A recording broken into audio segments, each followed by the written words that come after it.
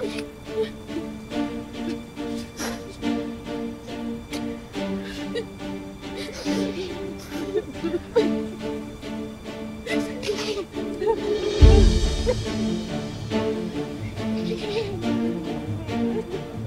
kayo sa akin. Mawawala man ako dito. Pero hindi mawawala. Dapat ang pananalig at pananampalatayan. Manalig lang kayo. Makakalabas din kayo dito. At habang hindi pa nangyayari yun, ang mga pamilya ninyo na umanib sa atin ang makakasama ko sa labas. Kayo na po ang bahala sa pamilya namin, Banal na Ina.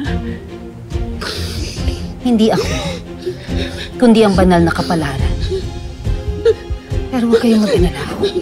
Gagabayan ko sila sa tamang landas.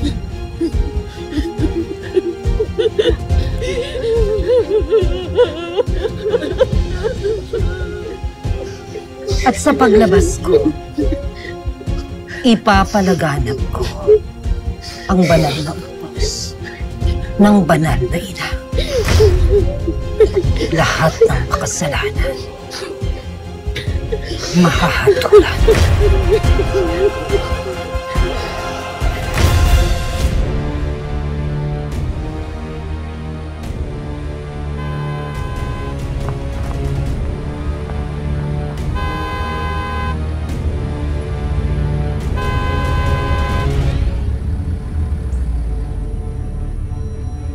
Uy, sino kaya yun? Gara na sasakyan, oh. Oo nga eh. Ang ganda ng sarili yan.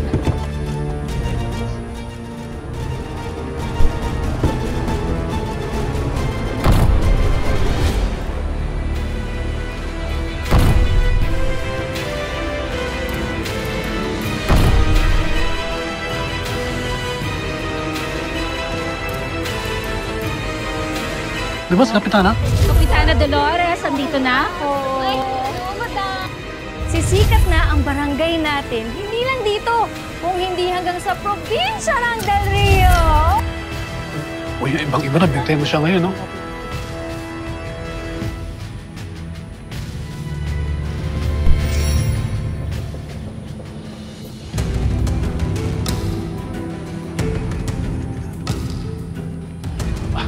Ba, mukhang asensado na tayo ngayon, ah.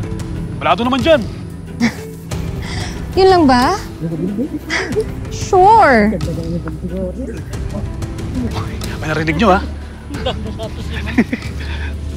Tingnan nyo, ha? Buti naglagay ka dito, no? Ganda, ibang-iba na ngayon ang postura niyan.